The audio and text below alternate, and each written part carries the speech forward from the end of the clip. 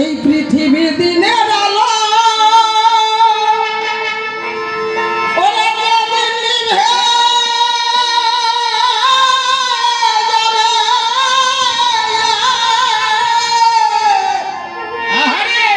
ওরে একা তুমি এসেছো মন, তোমার একা যেতে হবে।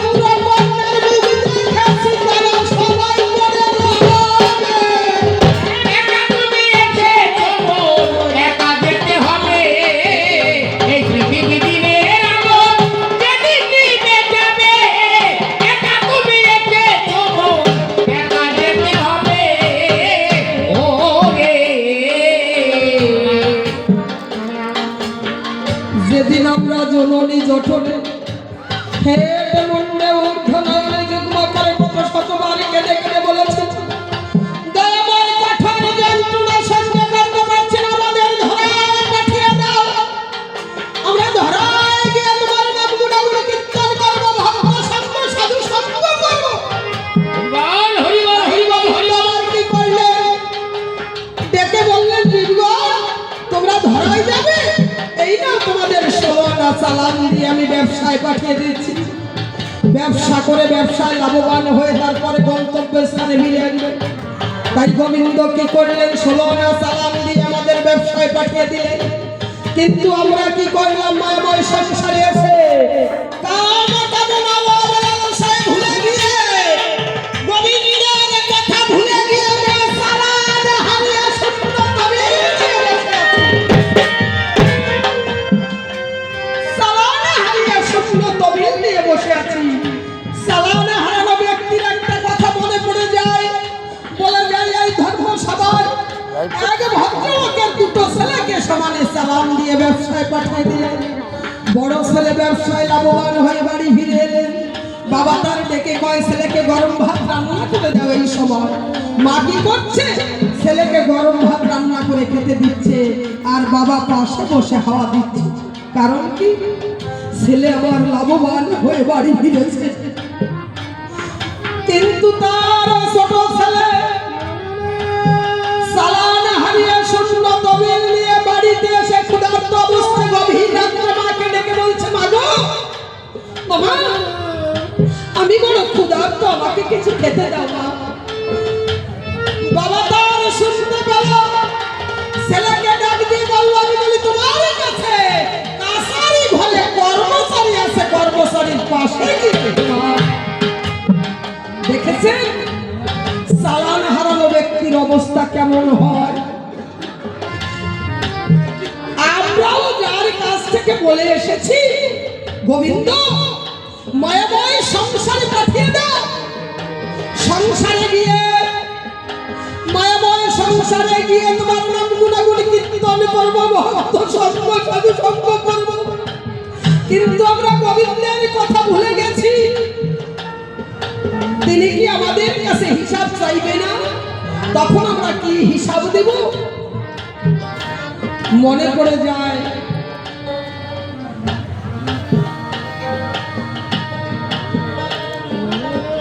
নরেনের কথা। রামকৃষ্ণ ঠাকুর দক্ষিণেশ্বরে থাকতেন। নরেন মাঝে মাঝে যাওয়া আসা করতেন ছাত্রদের নিয়ে। হঠাৎ একদিন রামকৃষ্ণ ঠাকুর ডেকে কয়, বাবা নরেন, তুমি তো ছাত্রদের নিয়ে এসেছো, আমি বলি তোমার কাছে আমার মনে আছে, ভাবো তোমাদের প্রত্যেককে একটা করে মিষ্টি দেব, মিষ্টিটা বাড়িতে নিয়ে গোপনে সেবা করবে। সবাই চলে গেছে। পরের দিন আবার মন্দিরে উপস্থিত হয়েছে। এখন অন্যান্য ছাত্র যারা ছিল তাদের রামকৃষ্ণ ঠাকুর ডেকে বলল, বাবা তোমাদের যে একটা করে মিষ্টি দিয়েছিল, গোপনে সেবা করবে, সেবা করেছো তো বাবা? অন্যান্য ছাত্র যারা ছিল তারা বললো, হ্যাঁ বাবা সেবা করেছি।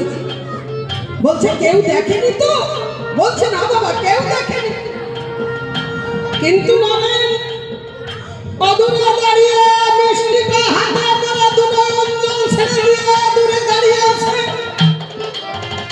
তাই দেখে রামকৃষ্ণ ঠাকুর ডেকে বলছে, বাবা নরেন, তুমি অদূরে দাঁড়িয়ে কেন দু নয়ন জলে ভেসে যাচ্ছ বলো বাবা? আচ্ছা বলো, তোমাকে যে মিষ্টিটা দিয়েছিলাম গোপনে সেবা করবে, সেবা করেছো তো বাবা? নরেন আমার কেঁদে কেঁদে বলছে, না বাবা আমি সেবা করতে পারিনি। কেন সেবা করতে পারোনি বলো বাবা? বাবা মনে মনে ভাবলাম, তাই বাড়িতে গিয়ে ঘরের জানলা দরজা বন্ধ করে তারপরে মিষ্টি সেবা করব, কেউ দেখবে না। বাবা যখন ঘরের মধ্যে ঢুকেছি, বলি তোমার কাছাকাছি, চতুর্দিকে জানলা দরজা বন্ধ করে মিষ্টিটা হাতে করে প্রণাম করে যখন মুখে দিতে যাই, কে যেন আমাকে ডেকে বলছে, বাবা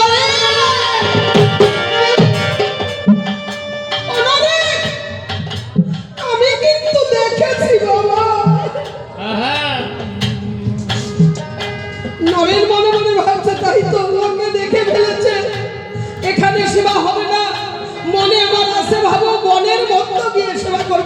তো কোনো লোকের সারা শব্দ নাই।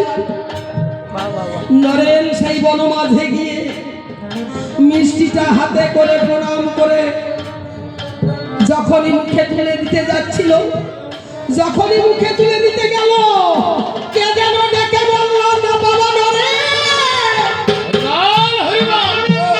আমি কিন্তু দেখেছি বাবা। নরেন মনে মনে ভাবছে, তাই তো এখানেও লোকের সারা শব্দ আছে। আমি বলি সবার কাছে, মনে আমার কাছে ভাবো জলের মধ্যে ডুব দিয়ে মিষ্টি সেবা করবো। বাবা যখন ওই জলের মধ্যে ডুব দিয়েছি, বলি তোমার কাছাকাছি মিষ্টিটা হাতে করে প্রণাম করে যখন মুখে তুলে নিতে যাই, সেই পূর্বের কণ্ঠস্বর শুনতে পাই বাবা নরেন।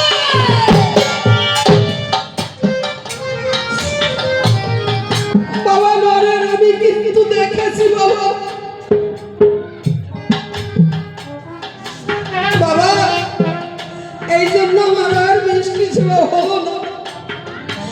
আমার মনে কি হয় জানো বাবা, বলের পর্বত হাত ধরাও দিলে বন্ধু, তার চোখে ফাঁকি দেওয়া যায় না বাবা, তার চোখে ফাঁকি দেওয়া যায় না।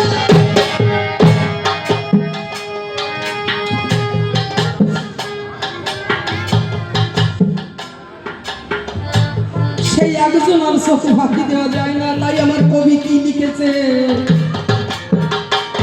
সমাজে ভবের হাটে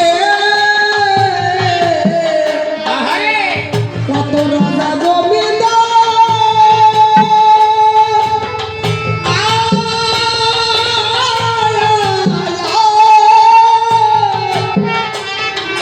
কত কৃষ্ণ ভক্ত দিন ভিখারি গেছে লোকান্তর।